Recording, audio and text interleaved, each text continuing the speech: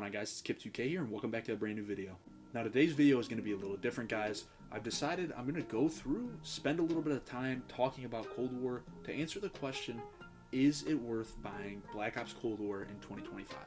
Now, full transparency, I was actually inspired to do this by Teeksy, who uploaded a video last year talking about is it worth it to buy Cold War in 2024, and I decided this year with Black Ops 7 on the horizon, I'm going to just throw my 2 cents into it and kind of talk about the game and give a little bit of a different perspective on it.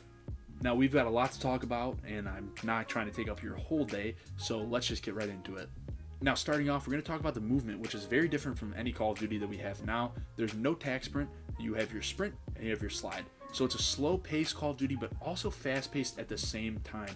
So there's a little bit of skill to the movement. There's no crazy slide canceling. The most you can do is like a super slide when you jump on an object and slide right as you're landing. It'll just send you flying, but that's kind of even hard to do, and there's not many spots in this game where it's like being able to be abused. The movement and gunplay in this game worked very well together. The TTK in this game was just right in between all the Call of Duties we have now. It's not too fast, it's not too slow. You feel like you have breathing room. You're able to react to getting shot, but of course there are some guns where it's just like no matter what you do, your reaction time is not going to be fast enough to kill someone if they have the beat on you. Now, the Gunsmith in this game was very basic, and it allowed you to make very broken class setups, and you were really able to showcase the power that some of these weapons had. Now, in my opinion, Cold War was a very SMG dominated game, which shows with some of the best weapons being the SMGs, 3 of them being the Tec-9, which is by far the best, the LC-10, which is just one tier below and technically should be an AR, and then the KSP, another SMG that plays like an AR. Now, the Tec-9 has not returned to Black Ops 6, but the LC-10 has, where it's kind of gotten a nerf, and it's not as good as it is in this game. In this game, it takes gunfights like a champ, and it absolutely outguns an AR at any range. With that being said, all the guns were able to be made just absolutely insanely good. So this was kind of a case of MW2, the original from 2009, where a handful of guns were really broken, the rest of the guns were really good and serviceable, and it was just all around fun because you never felt like you were at a disadvantage, because if someone's using the broken gun, you could also pull out the broken gun or pull out a different one and kind of match them. And Cold War also did something that a lot of Call of Duties haven't done very well in the past few years, and that's make remasters really good and play really well on the game. Now, obviously, you had Nuketown returning because it is a Black Ops game, but you also had some fan favorites from Black Ops 2 like Raid, Standoff, Slums, and Rush, and then also for Black Ops 1, Zoo and Drive-In, which arguably play better than what they did in the original game. Now, alongside these remasters, we also had some very good original maps, which overall I think Call of Duty has done a not that great job of making original maps. And again, Cold War did not do the best job, but they have very serviceable original maps to play. Alongside these great remasters and the very serviceable original maps, we also had a very good spawn system. Now, to be honest, I was a little bit in shock when we got the spawn system, especially from the hell that was MW2019. Cold War did away with the random spawns where it felt like no matter what you did, a random guy was going to spawn on top of you. There was logic to it. They were spawning in these specific locations, and there's really nowhere else they can spawn outside of that. There are very few times I can recall an enemy spawning behind me when they shouldn't have been able to, and honestly, it's not that big of a deal. Usually it's when I'm on like a nuke streak, so it pisses me off in the moment, but overall the spawn system was very good, and there wasn't really a lot of breaking it. Now, the most controversial thing about this game was by far the score streak system. When I talk about the score streak system, I mean the actual system and not the score streaks. The score streaks, I say, were very balanced. There were some very powerful ones like the Hankin and War Machine, some annoying ones like the Air Patrol, which destroyed everything in the sky, and then some of the, obviously, like the mainstay ones, which are like the Strafe, the VTOL, the Chopper Gunner, and the Gunship. One of the most controversial parts about this game is by far the score streak system.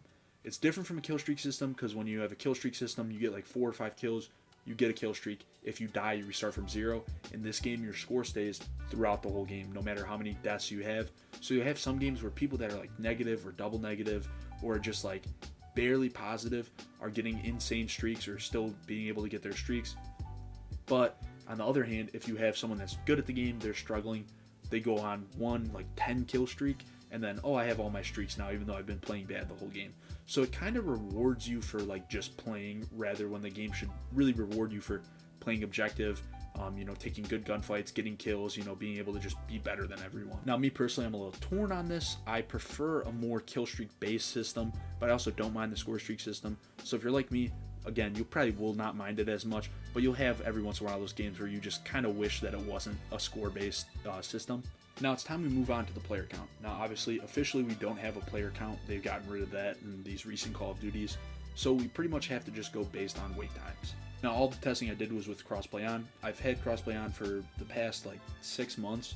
It just makes wait time a lot slower. So I would say if you're going to play this game, or if you're coming back or you're going to buy it, expect to put on crossplay. Now in all the game modes I did testing on, which would be Team Deathmatch, Free-for-all, Domination, Demolition, Hardpoint, Search and Destroy, and Nuketown 24/7, both core and hardcore, I found you're waiting about a minute, sometimes less, for all of these matches. Obviously, lobby disbanding was a thing that was added to the recent Call of Duties, but in this game, sometimes you will have a match where you play one, and then the very next match you're in with the same people. In all of my testing, I did not find that the case. I was getting different matches with different players. And now, obviously, I didn't search for every single mode, but the other modes that I did search for, they're virtually dead, which are Control, VIP Escort, Capture the Flag, and Combined Arms Mosh Pit. Now, if I had to take an educated guess onto the rest of the modes, what your wait times are going to be, you're either not going to find a match, or you're going to be waiting upwards to 3 minutes to find a match in specific game modes. Now, some of you might see this as a downside, but if you're like me, you actually see this as an upside, because that means the most fun game modes to you are the ones that are most populated. So it is a good and a bad thing, which also segues into probably the most hotly debated topic in Call of Duty is skill-based matchmaking. Now it still exists in this game. Definitely is not as strict as it was when it was originally out, but it is still there. Mainly I want to key in on one specific game mode, which is Demolition. That is my bread and butter. That's the game mode I play. It definitely still exists there.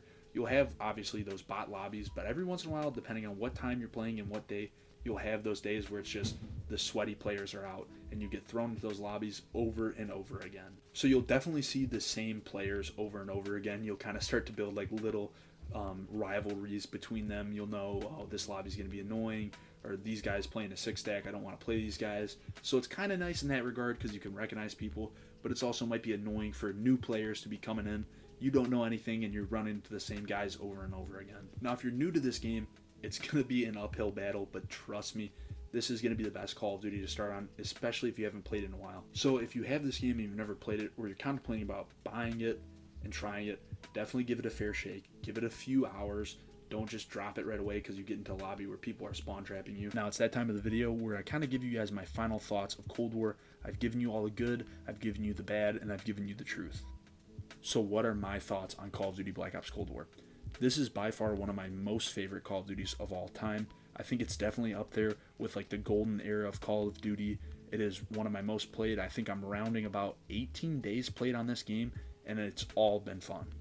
I think this game is the perfect mix of new with old. Obviously you have the better graphics, better movement, the gunplay feels a lot more solid, it doesn't feel as clunky, but it still kind of stays true to what Call of Duty always was. It's an arcade shooter with some broken guns and some insane streaks. With all that being said, is Cold War worth buying in 2025? I think it all comes down to personal preference. If you like treyarch Call of Duties, I don't see a world where you don't enjoy this game. If you already own this game, whether you bought it or if it's free on Xbox Game Pass, come back and give it a go. But if you have to buy this game, I wouldn't bother purchasing it without a discount of at least 50%. But if you're willing to take the risk of purchasing it, just keep in mind that Black Ops 7 is coming and it's an unknown what that game will do to Cold War. Black Ops 6 definitely took some players from Cold War, but I would say a lot did end up coming back. Am I personally burnt out on this game? Just a bit. I took about a month break from Cold War when Black Ops 6 came out, and I enjoyed Black Ops 6 at first, but I quickly came back to Cold War. But keep in mind how much time I have played on this game. Some players might just drop COD altogether if they don't like Black Ops 7. And me personally, I'm going all in on Black Ops 7, and I'm trying to make this YouTube journey work. I don't want to act like I'm some pillar of the community, but as someone who's played Cold War since it came out until now, if I fall off the game, what's to stop the other active members from also dropping it? Of course I will come back to play this game, but I won't play nearly as much as I used to. Do I truly think Black Ops 7 will kill Cold War?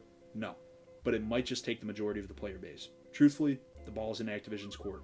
Hopefully they make a game that's just as fun as Cold War. If they do, great, I'm there 100%. If they fail, you'll know where to find me.